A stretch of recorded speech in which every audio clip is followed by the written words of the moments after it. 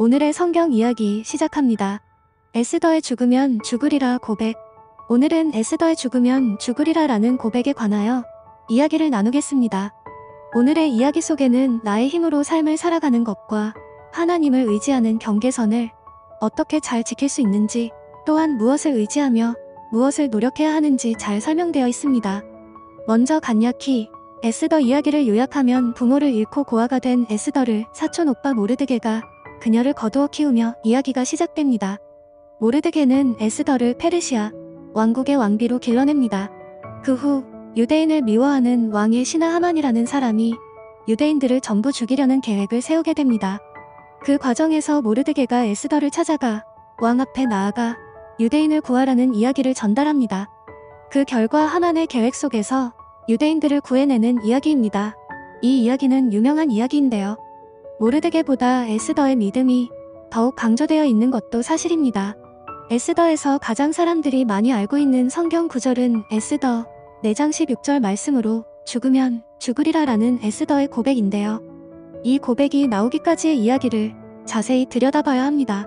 에스더의 사촌 오빠 모르드게가 하만이 유대인을 전부 죽이려 하니 너는 왕 앞에 나아가 유대인을 구하라고 요구합니다. 이때 에스더는 왕의 앞에 부름을 받지 아니하고 나아가면 죽음을 면치 못한다고 말합니다. 우선 이 시기를 살펴보고 넘어갑시다. 이스라엘 백성들이 바벨론에서 포로 생활을 마무리하고 1차 포로 귀환이 일어난 후 2차 포로 귀환을 앞두고 있을 때 일어난 일입니다. 하나님께서는 에레미야 선지자를 통하여 하나님을 잊은 이스라엘 백성들은 바벨론에서 70년간 포로 생활을 한 후 다시 건져내리라고 말씀하셨습니다. 에스더 4장 13, 14절 말씀을 보면 이 사실을 모르드게는 정확히 알고 있습니다. 에스더가 자신의 목숨을 위하여 왕의 앞에 나아가지 않을지라도 하나님께서는 어떠한 방법을 통해서라도 유대인을 하만의 계략 속에서 건져내실 줄을 확신하고 있습니다. 모르드게가 에스더에게 요구하는 건 불안함이 바탕이 되어 생명을 보존하고자 하는 것이 아니라 하나님께서 약속하신 때를 알고 혹시 에스더가 그 일하심의 도구로 사용될 수 있지는 않을까 하는 기대에서 나온 것입니다. 모르드게가 에스더에게 너가 왕의 앞에 나아가지 않으면 너는 살고 우리는 죽을 것 같으나 우리는 어떠한 방법으로도 하나님께서 건져내실 것이나 너는 살 것 같으나 죽으리라 라는 이야기는 에스더에게 겁을 주거나 협박하는 것이 아닌 그녀를 구원하고자 하는 복음의 말씀입니다. 하여 에스더가 자신이 왕 앞에 나아갈 때에 유대인들에게 3일간 금식을 요구한 건 자신을 위한 부탁으로 해석해야 합니다.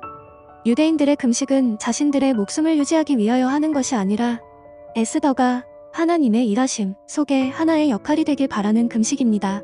우리는 일상생활 속에서 살아가며 크고 작은 문제 안에서 내가 하나님을 의지하고 있는가, 혹은 하나님을 의지하지 못하고 나의 힘과 노력으로 환경을 변화시키려 하고 있진 않는가, 종종 고민에 빠질 때가 있습니다. 이 경계선을 제대로 이해하지 못하면 나뿐만 아니라 타인의 신앙생활까지도 잘못 판단할 뿐 아니라 좋지 않은 영향을 주게 됩니다. 우리가 일상생활 속에서 노력하고 힘쓰고 애쓰며 살아가는 이유는 하나님을 의지하지 못하기 때문이 아니라 하나님의 일하시는 계획 속의 하나의 도구가 되기 위함입니다. 굳이 내가 아니어도 하나님의 계획은 실현되지만 그 영광의 계획이 나를 통하여 이루어졌으면 하는 소망으로부터 시작되어 힘쓰고 노력하며 살아가는 것이 신앙적 삶의 태도입니다.